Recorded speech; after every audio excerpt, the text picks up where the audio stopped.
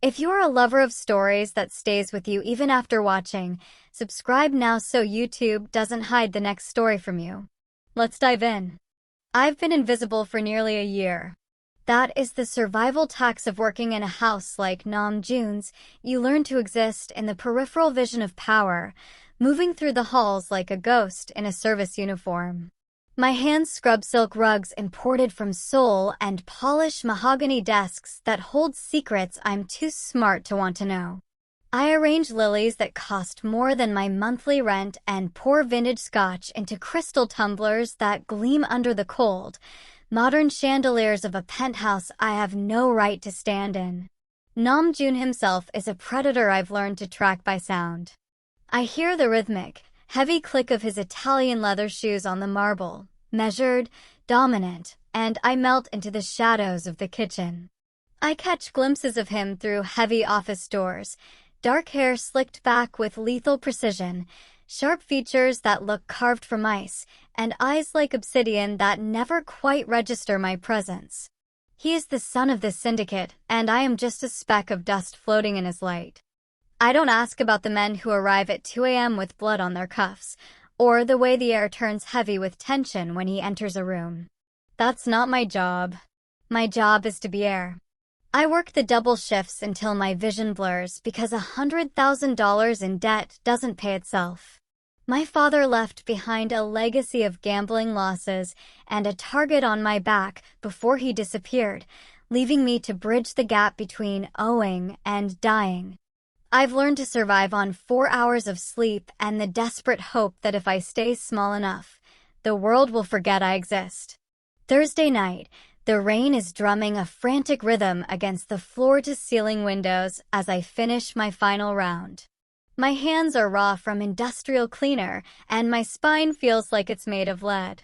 Still here, Camilla? Minho, the head of security, asks as he passes the service entrance. He's one of the few who even remembers my name. Just finishing, I murmur, pulling my thin jacket over my uniform. Good night. Outside, the city is a blur of neon and gray. The subway station is only 4 blocks away, 4 blocks through the heart of Nam Joon's territory. It's supposed to be the safest place in the city.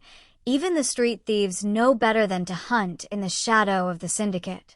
But as I turn the corner into the narrow cut-through between the pharmacy and the old theater, the air changes. The streetlights overhead flicker and die, swallowed by the downpour. My pulse spikes, a sudden, cold instinct screaming at me to run. I don't even make it 10 feet. 2 silhouettes step out from the mouth of the alley. They aren't wearing the sharp, tailored suits of Nam Joon's men. These men look hungry. They look like they've been waiting for something or someone to bridge the gap between 2 warring worlds. Look at that, one of them rasps, his eyes landing on the small, embroidered syndicate crest on my uniform jacket. One of the great man's little mice wandered out of the nest. The rain didn't just fall, it punished the pavement, turning the narrow passage between the pharmacy and the old theater into a canyon of slick shadows and drowning noise. I pulled my hood lower, the cheap fabric of my jacket already heavy and cold against my shoulders. My sneakers splashed through a deep puddle, the icy water seeping through the canvas to bite at my skin. I focused on the rhythm of my own breathing, counting the steps toward the station. 50 paces to the corner. 49. The 2 men didn't step out so much as they materialized, solidifying from the darkness like ink dropped into water. I skidded to a halt, the soles of my shoes slipping on the wet asphalt. My heart performed a violent, erratic dance against my ribs. In this part of the city, silence was a luxury, but the silence that stretched between us now felt heavy and sharp, like a blade resting against my throat. One man was thick-set, wearing a hooded sweatshirt that smelled of stale cigarettes even through the damp air. The other was leaner, his face a map of old scars illuminated briefly by a flickering amber security light above a service door. They didn't look like muggers. Muggers were frantic, looking for a quick score and a fast exit. These men were patient. I tried to keep my voice steady, though it came out as a fragile thread. I am just going to the subway. I don't have much, but you can take my bag. The leaner man stepped closer, his boots crunching on broken glass. He didn't look at my bag. His gaze traveled upward, settling on the small, silver-threaded embroidery on the left breast of my uniform jacket, the stylized crane of Nam Joon's syndicate. It was a mark meant to command respect, a silent warning that the person wearing it was under the protection of the city's most dangerous man. To these men, however, it was a target. "Well, look at that," the lean one rasped. His voice was like stones grinding together. One of the great man's little mice. I thought he kept his toys locked up tighter than this. My stomach dropped. This wasn't a random encounter. The air around us seemed to thicken with the scent of ozone and impending violence. I took a step back, my heel catching on a stray brick. "I work in the kitchen," I said, the lie tasting like copper in my mouth. "I'm nobody." "You're someone who wears his colors," the larger man said, stepping forward to close the gap behind me. He spat on the ground near my feet. "And that means you're someone who can carry a message." I turned to run, my instinct for survival finally overriding the paralysis of my fear, but the larger man was faster. A heavy hand clamped onto my shoulder, the grip bruising and inescapable. He spun me around with a force that sent my cleaning caddy flying, the plastic bottles of disinfectant clattering and spilling across the alley floor. I opened my mouth to scream, but the sound was cut short by a gloved hand slamming over my face. I was shoved backward, my spine hitting the brick wall with a sickening thud that knocked the air from my lungs. The world tilted, the neon lights of the pharmacy blurring into long, jagged streaks of red and blue. "Tell your boss that the South Side isn't his playground anymore," the lean man hissed, stepping into my personal space. "Tell him the shadows are getting longer." The first blow caught me in the ribs. It wasn't the cinematic punch you see in movies. It was a dull, heavy impact that radiated white-hot agony through my chest. I felt a rib snap, the sound muffled by the rain. I slumped toward the ground, but they didn't let me fall. They held me upright, ensuring I felt every bit of the lesson they were teaching. The larger man gripped my hair, wrenching my head back until I was forced to look into the dark void of the alley. "This is for the shipment he burned," he whispered. A second strike hit my cheek, the skin splitting instantly. I tasted blood, hot and metallic, as it mixed with the freezing rain running down my face.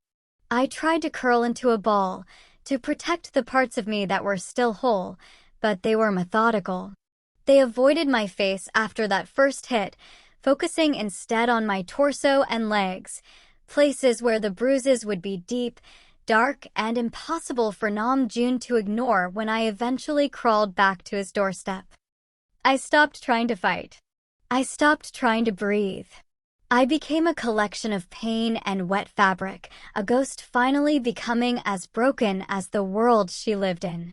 My vision began to fray at the edges, the darkness of the alley bleeding into the darkness of my mind.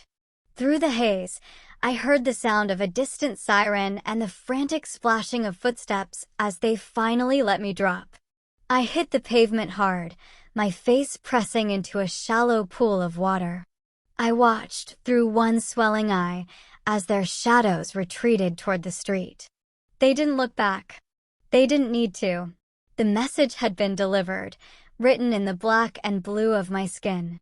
I lay there for a long time, the rain washing the blood from my uniform, listening to the city breathe. My heart was still beating, a slow and heavy throb that felt like a burden. I was no longer invisible. I had been seen, used, and discarded. The cold began to settle into my bones, a deep and final numbness. I knew I had to move. I knew that if I stayed here, the rain would finish what they started. With a groan that turned into a sob, I pushed my palms against the wet ground. Every inch of my body protested, a symphony of agony that made me want to slip back into the dark. but I thought of the debt. I thought of the ghost of my father and the very real predator waiting in the mansion on the hill. I forced myself to crawl, inch by agonizing inch, toward the light at the end of the alley. I was a broken thing, a bloodied uniform wrapped in a girl, dragging myself back to the only man in the city who could either save me or end me for good. The transition from the freezing rain to the heated air of the mansion was a physical shock that made my vision swim. I leaned heavily against the service entrance door, my bloodied fingers leaving dark, jagged smears on the pristine white wood. My breath came in shallow, rattling gasps that sounded like dry leaves skittering across pavement. Every muscle in my body was locked in a desperate, shivering vibration I couldn't control. I shouldn't have come back here. I should have gone to a hospital, but hospitals asked for insurance I didn't have and names I couldn't give. In the twisted logic of my concussed brain, this mansion was the only place where I was a known quantity, even if I was just a ghost. The heavy thud of footsteps vibrated through the floorboards. They weren't the light, hurried steps of the kitchen staff. They were slow, rhythmic, measured. I tried to pull myself upright, to melt into the shadows as I had done 1,000 times before, but my legs gave out. I slid down the doorframe, my knees hitting the marble with a sickening crack. I looked down at my uniform. The silver crane was stained a deep, rusty crimson, the embroidery torn where the man's boot had caught me. The air in the hallway suddenly felt pressurized, the way it does just before a lightning strike. A pair of hand-stitched leather shoes stopped inches from my soaked sneakers. I didn't look up. I couldn't. I just watched the water from my hair drip onto the expensive leather, ruining the polish. Camilla. His voice was a low vibration, devoid of the usual cold detachment. It was the first time I had ever heard him say my name. It sounded heavy, like a secret he hadn't intended to tell. I tried to answer, to tell him I was sorry for the mess, but my jaw was tight with cold and terror. All that came out was a soft, broken whimper. "You're shaking." Nam Joon moved then, his shadow eclipsing the overhead lights. He didn't call for a maid or a guard. He reached up and unbuttoned the heavy black cashmere coat from his shoulders. It was a garment that cost more than my father's remaining debts, a piece of armor he wore to meetings where empires were traded. He draped it over me. The weight was the first thing I felt, a heavy, expensive warmth that smelled of sandalwood, expensive tobacco, and something metallic like rain on iron. It swallowed my small frame, the silk lining sliding over my shredded uniform, shielding me from the draft of the hallway. For the first time in a year, I wasn't cold. Then he knelt. Nam Joon, the man who looked at the city like a chessboard, put one knee on the blood-spattered floor. He reached out, his long, elegant fingers hovering near my face before settling gently under my chin. He tilted my head back, forcing my one good eye to meet his. His face was a mask of terrifying stillness. His obsidian eyes weren't looking at me with pity. They were cataloging the damage with a clinical, mounting fury that made the air in the hallway turn brittle. He saw the split lip, the bruising handprints on my neck, and the ruined crest on my chest. "Who did this?" he asked. His voice was so quiet it was almost a whisper, yet it carried the weight of a death sentence. I tried to swallow, the movement agonizing. 2 men I managed to rasp. In the alley. They said the shadows were getting longer. Nam Joon's grip tightened almost imperceptibly on my chin. His jaw leaned into a hard, sharp line. He didn't ask about the money in my bag or if I had provoked them. He knew exactly what this was. I was a message written in his own ink, delivered to his doorstep. He reached into his inner vest pocket and pulled out a phone. He didn't dial a long number. He pressed a single key. He kept his eyes locked on mine as the call connected. "It's me," Nam Joon said, his voice dropping into a register that made the hair on my arms stand up. "The service entrance. Bring the kit." I have a mess that needs to be erased." He paused, his thumb tracing the edge of my bruised jawline with a tenderness that felt more dangerous than a blow. "And call the sweeper," he added. "Tell him I want the alley sanitized. I want the men who touched what is mine to become nothing more than a memory by dawn." He ended the call and tucked the phone away. Without a word, he slid one arm behind my back and the other beneath my knees. He lifted me as if I weighed nothing at all, the $10,000 coat wrapped around me like a cocoon. I leaned my head against his shoulder, my consciousness beginning to flicker like a dying bulb. I was a servant, a debtor, a girl from the Bronx with nothing to her name. But as he carried me toward the private elevator, away from the service stairs and into the heart of his sanctuary, I realized the rules of my world had shattered. The ghost was finally being seen, and the man holding me was about to burn the city down to ensure no one ever dared to look at me again. The steam from the shower had long since dissipated, leaving only a damp chill in my small, cramped bathroom. I sat on the edge of the toilet seat, still wrapped in the heavy silk-lined cocoon of Nam Joon's coat. I couldn't bring myself to take it off yet. It felt like the only thing holding my shattered pieces together. My body was a roadmap of agony. Every breath was a sharp reminder of the alleyway, a jagged edge of pain where my rib had buckled. I forced myself to stand, the movement sending a wave of nausea rolling through my gut.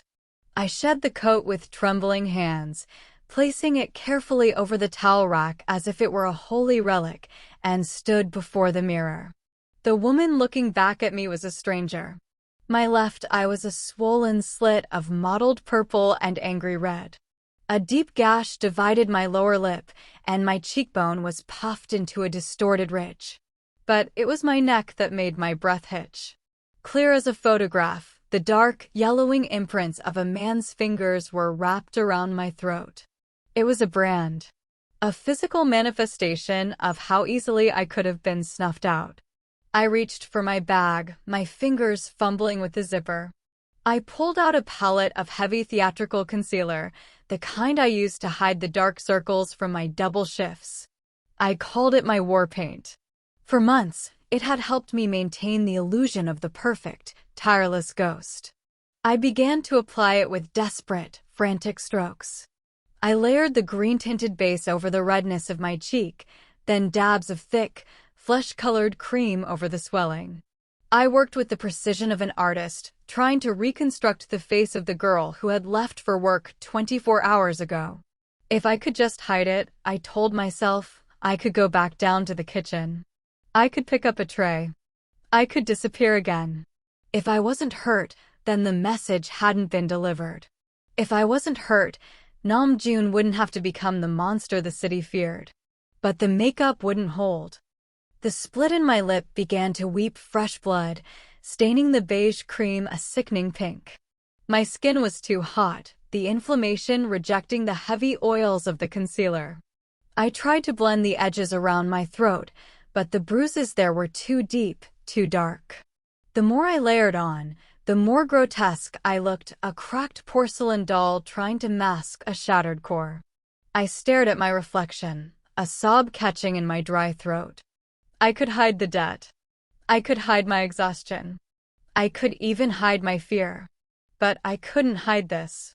The imprints of those fingers wouldn't fade under a layer of paint. They were a declaration of war written on my skin, and no amount of scrubbing or masking would wash them away. My hand shook as I gripped the edge of the sink, my knuckles turning white. I realized then that the era of my invisibility had ended the moment those men stepped out of the shadows. I couldn't go back to being the girl who moved through the halls like air. The air had been poisoned. I looked at the concealer smeared across my fingers and then back at the coat hanging on the rack. The silence of the mansion felt different now, no longer empty, but expectant. Nam Joon hadn't just given me his coat, he had given me his claim. Slowly, I picked up a damp cloth and began to wipe the makeup away. I cleared the beige streaks from my neck, exposing the brutal truth of the fingerprints once more. I cleaned my face until the raw, angry colors of the assault were fully visible.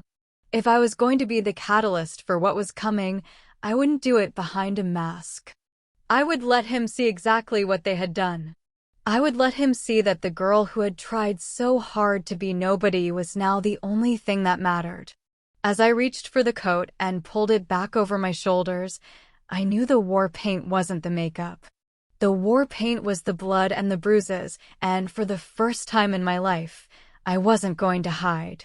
The heavy oak doors of the private study creaked with a weight that felt final.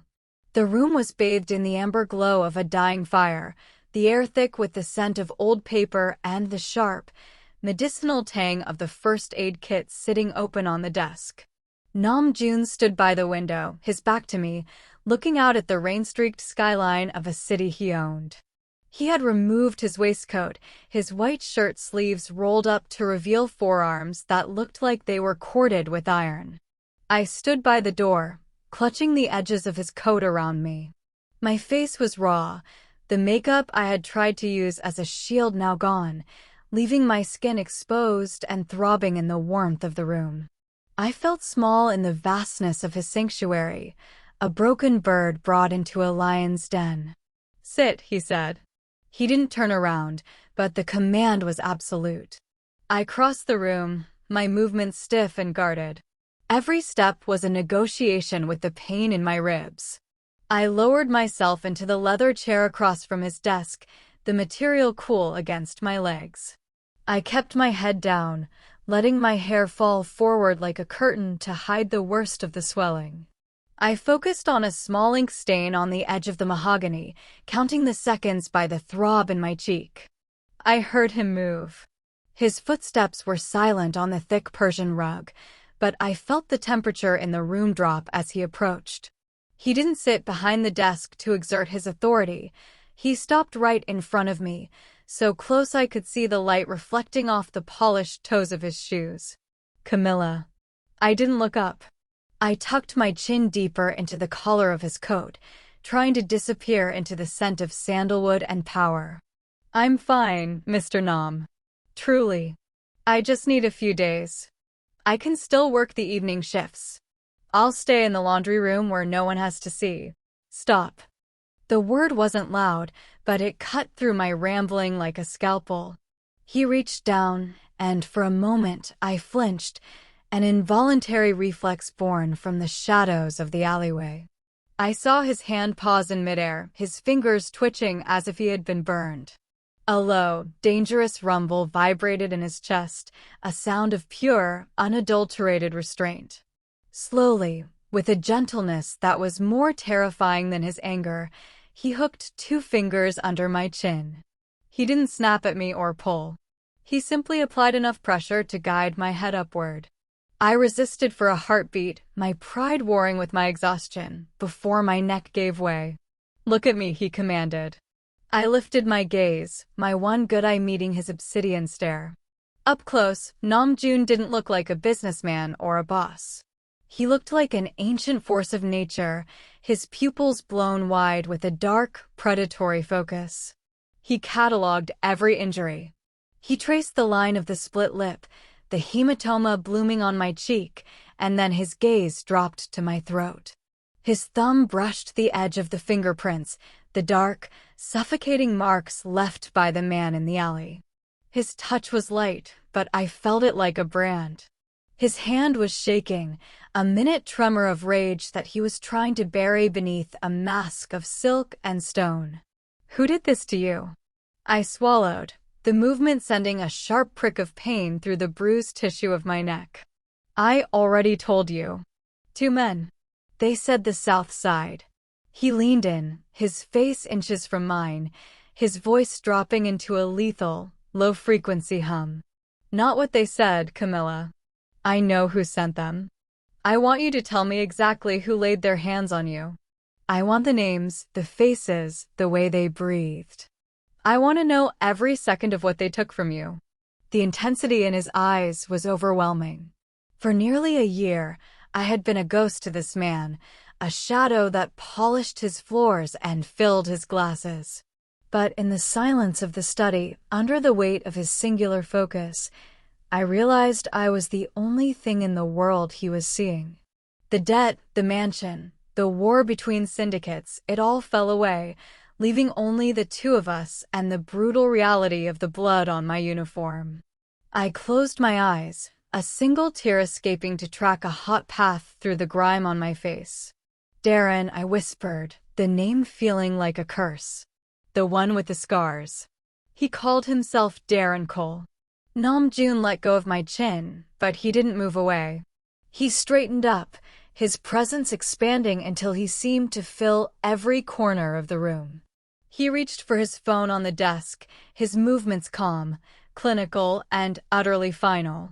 Darren Cole, he repeated, as if committing the name to a ledger of the dead. He looked back at me, and for a fleeting second, the ice in his eyes thawed into something aching and raw. You aren't going back to the laundry room, Camilla. You aren't going back to the kitchen. You aren't a ghost in this house anymore. He turned toward the door, his voice ringing out with the authority of a king declaring war. Minho, prepare the guest suite on the north wing. And tell the sweeper to meet me in the garage. We have a debt to collect that isn't measured in money. The north wing of the mansion was a place I had only ever seen through the bristles of a broom or the steam of a mop. It was a silent gallery of ivory silk walls and original oil paintings, a sanctuary reserved for the people who mattered.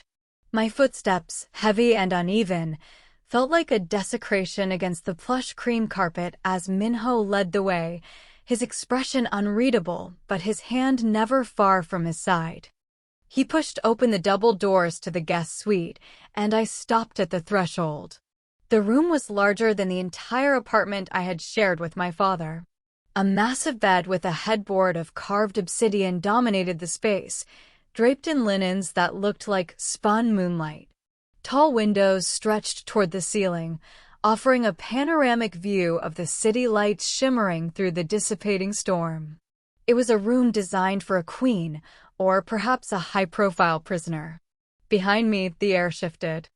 I didn't need to turn around to know Nam Joon was there. The scent of sandalwood preceded him, cutting through the floral notes of the room's expensive diffuser. Minho bowed slightly and retreated into the hallway, closing the doors with a soft, final click. I remained standing near the foot of the bed, feeling grotesquely out of place.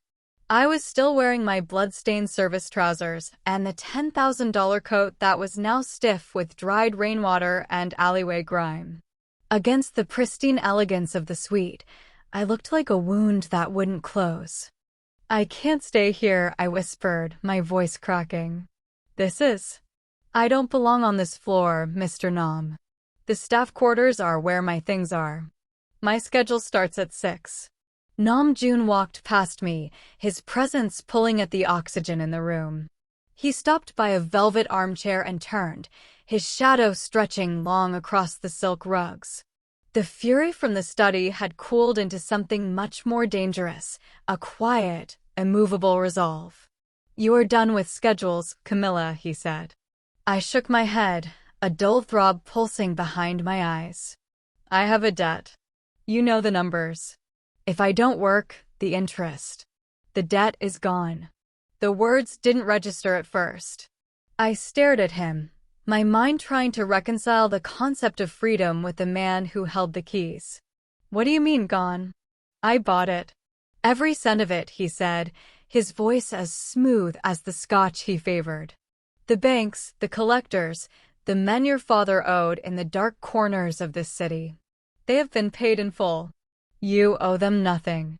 I felt the floor tilt beneath me. For a year, that debt had been the gravity that kept me pinned to the earth, the reason I endured the invisibility and the exhaustion. To have it vanished so casually felt like losing my center. Why? I managed to ask. Why would you do that for a cleaner? Nam Joon stepped toward me, closing the distance until I had to tilt my head back to look at him. The cold moonlight from the window caught the sharp line of his jaw and the deep, unsettling intensity in his eyes. He reached out, his hand hovering near my shoulder before he settled it firmly on the lapel of the coat he had given me. "Because you are not a cleaner anymore," he said, his voice dropping into a low, resonant hum that seemed to vibrate in my very bones. "You are under my protection. And in this city, that means something." He leaned in closer, his gaze dropping to the bruises on my neck that I no longer tried to hide. "Those men didn't just attack a girl in an alley. They attacked a member of my household. They tried to use you to tell me I was weak. By morning, they will realize that was the last mistake they will ever make." "But I'm nobody," I argued, though the words felt hollow even to me. Nam Joon's grip tightened on the coat, pulling me a fraction of an inch closer. His obsidian eyes searched mine, and for a fleeting second, I saw a flicker of something that wasn't power or vengeance. It was a hunger, a recognition. "You were never nobody, Camilla. You were the only person in this house who saw the man instead of the monster. You moved like a ghost, but I felt you in every room." He let go of the coat and stepped back, regaining his composed, lethal distance. "Rest now. There are clothes in the wardrobe. A doctor will be here in an hour to look at your ribs. From this moment on, you do not walk the streets alone. You do not hide in the shadows. You stay where I can see you." He moved toward the door, pausing with his hand on the handle. He didn't look back as he spoke his final command. "The world thinks they can reach me through you. They're about to find out that reaching for you is the quickest way to lose their hands." The door closed, leaving me alone in the silent luxury of the north wing. I sank onto the edge of the bed, the softness of the mattress feeling alien beneath me. I looked at my hands, still stained with the ink and blood of my old life, and realized that while the debt was gone, a new, far more complex bond had been forged. I was no longer a ghost. I was a protected asset in a war I didn't understand, held fast by a man who had decided I was the only thing worth saving. The basement of the mansion was a world away from the silk-lined luxury of the guest suites.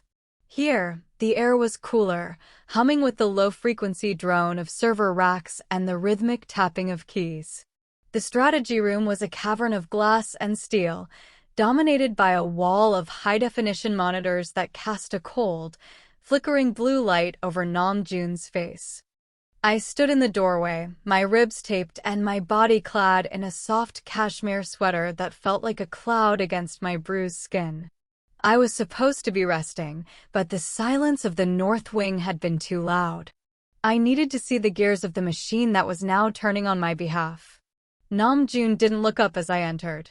He was leaning over a glass table that projected a topographical map of the south side, his fingers tracing the veins of the city streets.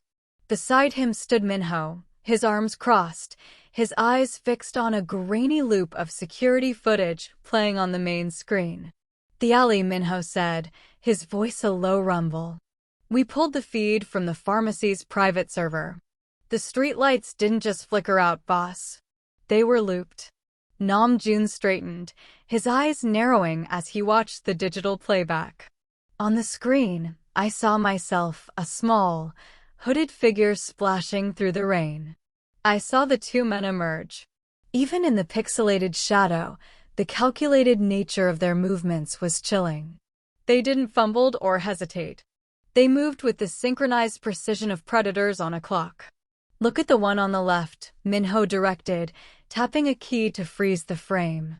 "The lean one. Darren Cole. He's not a freelancer. He was sighted in Queens 3 weeks ago at a sit-down with the Park Syndicate." Nam Joon's jaw tightened, a muscle leaping in his cheek. "So it wasn't a crime of opportunity. It was an incursion." "Exactly," Minho replied. "They didn't take her bag. They didn't even check her pockets. They waited for the shift change, waited for her to be alone, and they targeted the crest. This was a kinetic test of our response time. They used the girl to see how fast we'd bleed." I felt a chill that had nothing to do with the air conditioning. To these men, I wasn't a person with a name or a life. I was a litmus test. I was a soft spot in Nam Joon's armor that they had poked to see if he would flinch.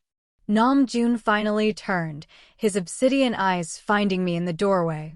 He didn't look surprised to see me. He looked at me with a heavy, contemplative silence, as if he were reevaluating the stakes of the game he was playing.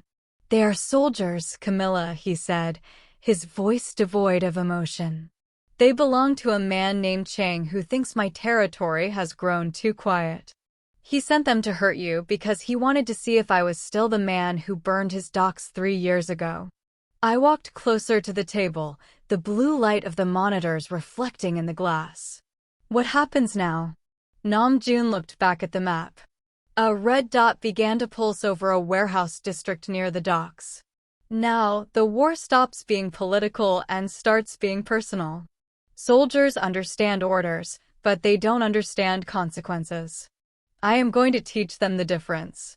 Minho pulled up a new set of files, mugshots, addresses, and encrypted phone logs. "We have the sweeper on standby," he said. "He's traced Cole to a safe house on 4th Street. They're celebrating. They think they sent a message that made you look untouchable no more." Nam Joon's expression didn't change, but the air in the room seemed to vibrate with a sudden, lethal intensity. He picked up a heavy silver lighter from the table, turning it over in his hands. The click of the lid was the only sound in the room, sharp and final. "They wanted to know if I would flinch," Nam Joon whispered, more to himself than to us. He looked at Minho, and the command in his eyes was absolute. "Give the sweeper the coordinates. Tell him I don't want them brought in. I want the safe house leveled. I want everyone inside to understand that the girl they touched wasn't a message. She was the end of their world." Minho nodded and stepped away to the consoles, his fingers flying across the keys as he authorized the strike. Nam Joon walked over to me, stopping just inches away. He reached out and tucked a stray lock of hair behind my ear, his touch lingering on the fading bruise on my temple. The clinical war was over. The execution was beginning. "You shouldn't be down here," he said softly, his thumb tracing the line of my jaw. "This part of my world is ugly." "I'm part of your world now," I reminded him, my voice steady despite the thrum of fear in my chest. "You made sure of that." He let out a short, dark breath that might have been a laugh in another life. "So I did." He turned back to the monitors as a green light began to flash on the map. The sweeper was in position. Nam Joon didn't look away. He watched the screen with the patient, terrifying focus of a man who was about to erase his enemies from the map, all for the sake of the ghost who had finally been seen. The 3 a.m. air was thick with the scent of whetstone and the heavy, lingering humidity of the receding storm. I stood on the shadowed balcony of the north wing, my fingers curled tightly around the cold wrought iron railing. Below me, the mansion's courtyard was bathed in the clinical, overhead glow of security floodlights, turning the space into a stark, white stage. Nam Joon stood in the center of the expanse, a silhouette of terrifying composure. He had changed into a fresh suit, black as a void, and he stood with his hands clasped behind his back, watching the iron gates swing open. A single car drifted into the courtyard.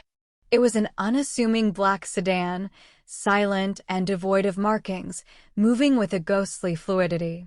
It didn't roar. It hissed over the wet pavement before coming to a stop. The man who stepped out was lean and moved with a terrifying economy of motion. He didn't carry a weapon openly, but the air around him seemed to freeze. This was the sweeper, the man who existed to make the inconvenient disappear. He approached Nam Joon and bowed, a brief, sharp movement. Between them, 2 figures were hauled out of the trunk of a secondary vehicle. My breath hitched in my throat as I recognized them. Even from this distance, the lean frame of Darren Cole was unmistakable, though he was no longer the arrogant predator from the alleyway. He was bound, his head lolling, his clothes torn and saturated with grime. Beside him, the larger man who had broken my ribs was a heap of trembling meat, his bravado stripped away by the sheer efficiency of his capture. I should have turned away. I should have gone back to the silk sheets and the safety of the guest suite, but I was anchored to the spot. I needed to see the end of the message they had started. Nam Joon didn't shout. He didn't strike them.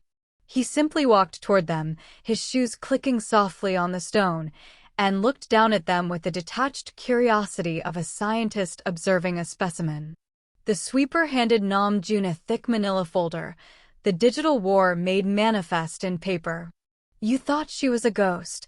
Nam Joon's voice drifted up to the balcony, low and resonant, carrying perfectly in the dead quiet of the night. "You thought she was a message I wouldn't bother to read." Darren Cole tried to speak, his voice a pathetic, gurgling sound. "It was just business, Nam Joon," Chang said. "Chang is a corpse who doesn't know he's dead yet," Nam Joon interrupted, his tone as flat as a heart monitor's final beep. "But you touched her. You saw the mark on her uniform, and you thought it was an invitation." He turned to the sweeper and gave a single, almost imperceptible nod. The efficiency that followed was breathtaking in its horror. The sweeper didn't use a gun, he used the environment. With a series of precise, practiced movements, he moved the men toward the drainage grates at the edge of the courtyard. There was no struggle, no wasted energy. It was a harvest. Nam Joon watched, his face a mask of obsidian stillness. He wasn't enjoying the violence, he was overseeing a necessary correction. He was the architect of a world where certain lines could never be crossed, and I was the line. The larger man began to wail, a high, thin sound that was abruptly cut short. I closed my eyes for a fraction of a second, the sound of the rain-slicked stones and the muffled thuds echoing in the courtyard. When I opened them, the sweeper was already opening a pressurized canister, spraying a clear, pungent liquid over the areas where the men had been. He was sanitizing the scene, erasing the traces, making it as though Darren Cole and his partner had never existed in the first place. Nam Joon looked up then. It was as if he could feel my gaze through the dark. His eyes traveled up the ivory stone of the mansion until they locked onto mine. Even from the ground floor, the intensity of his stare was a physical weight. He didn't wave me away or look ashamed. He stood there, surrounded by the ghosts of his enemies and the man who disposed of them, and offered me the only truth he had left. This was the price of my visibility. This was the cost of the protection he had promised. The sweeper finished his work, disappearing back into the black sedan as quietly as he had arrived. The courtyard was empty again, the white lights reflecting off the clean, wet stone. There was no blood. There were no bodies. There was only Nam Joon, standing alone in the center of his kingdom. I stayed on the balcony long after he walked back inside, watching the rain start to fall again, washing away the last of the chemical scent. The shivering in my limbs had finally stopped, replaced by a cold, hard clarity. The girl who had been beaten in the alley was gone, buried alongside the men who had hurt her.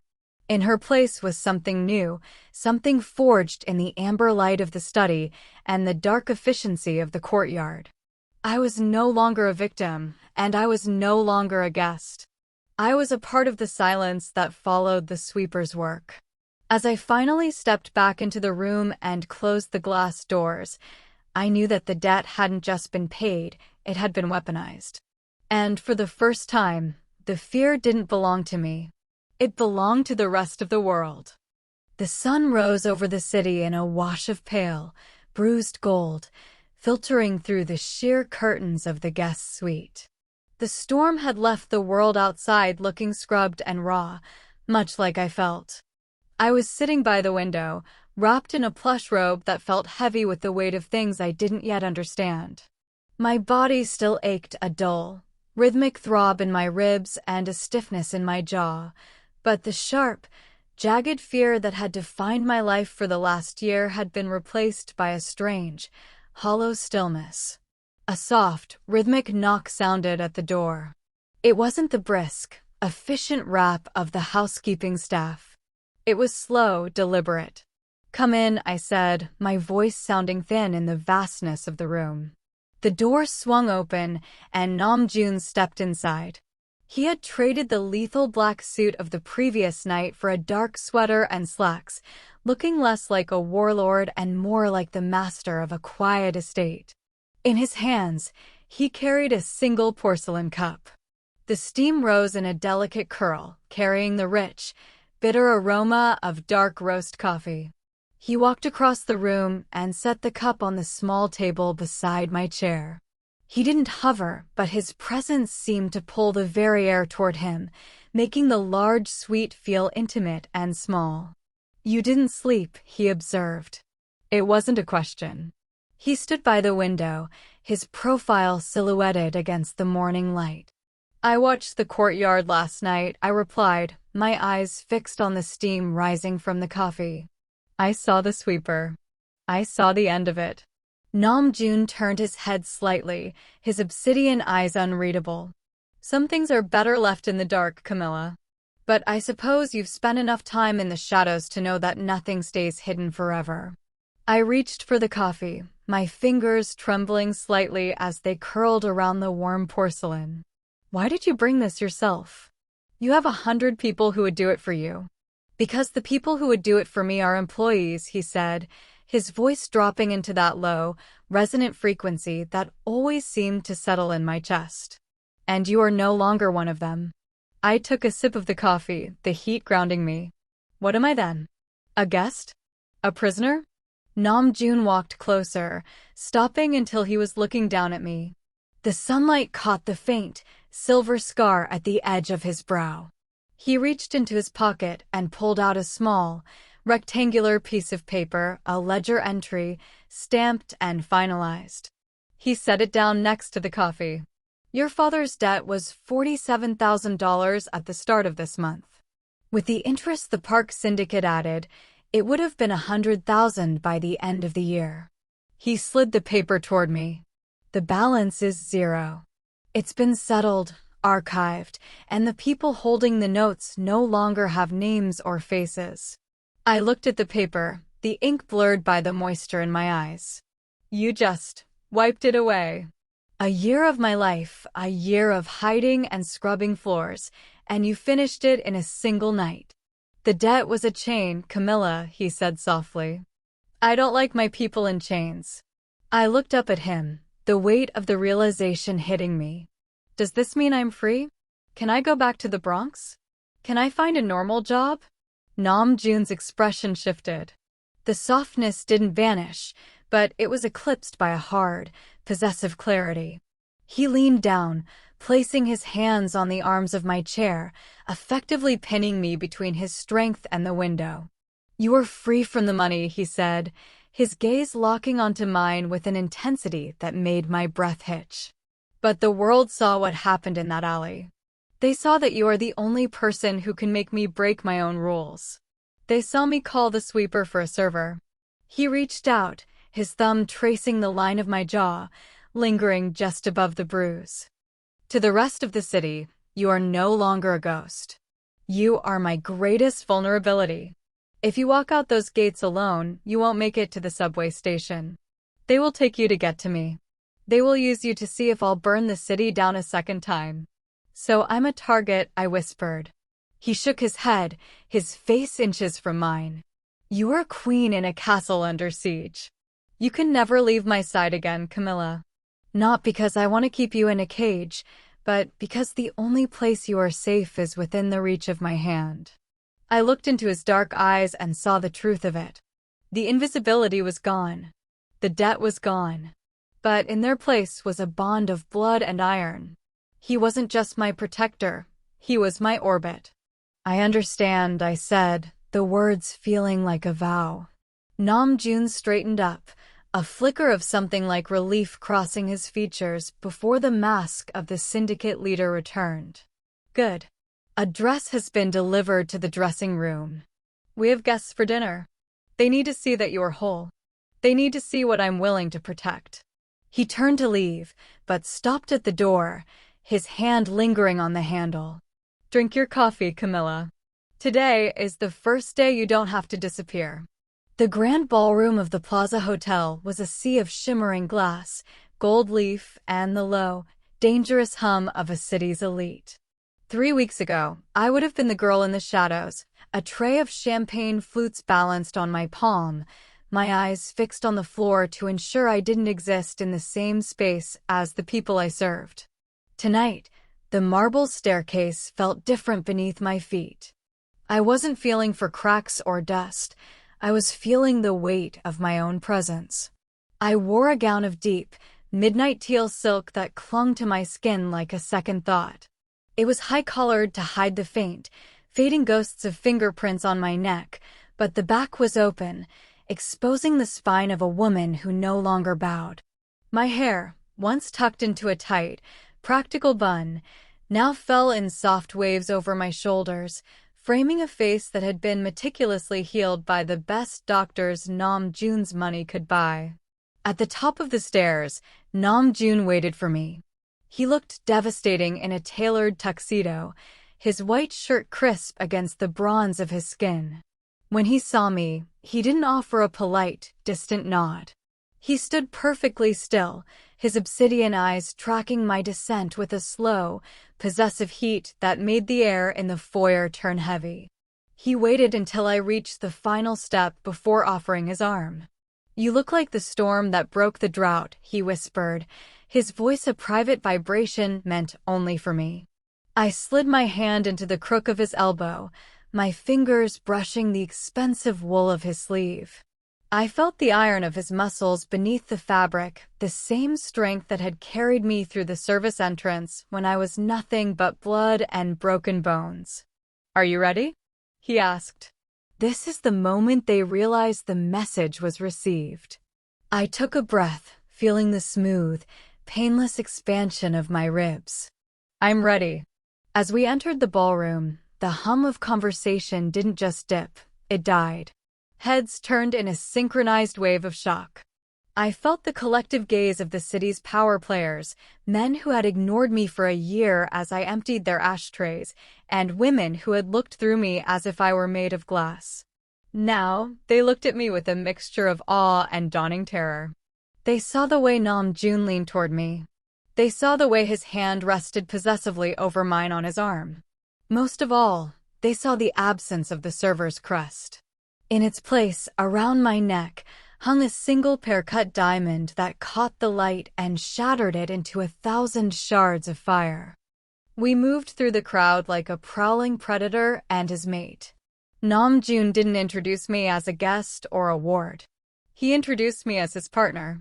Every handshake, every forced smile from a rival boss was a silent acknowledgement of the new order. The man who had once been a solitary island of ice had found his anchor, and the city knew that to touch me now was to invite the sweeper to their own front door. We stopped near the center of the room, where a group of men from the south side stood, their faces pale as they recognized me. These were the associates of the men who had vanished from the courtyard 3 weeks ago. I looked them in the eye, my gaze steady and cold. I didn't see thugs or soldiers. I saw people who were beneath me. Nam Joon felt the tension in my frame and pulled me closer, his breath warm against my ear. "They are afraid, Camilla." As they should be. I looked at my reflection in a nearby gilded mirror. I didn't see the ghost from the Bronx or the girl with the cleaning caddy. I saw a woman who had walked through the fire of an alleyway and come out forged in steel.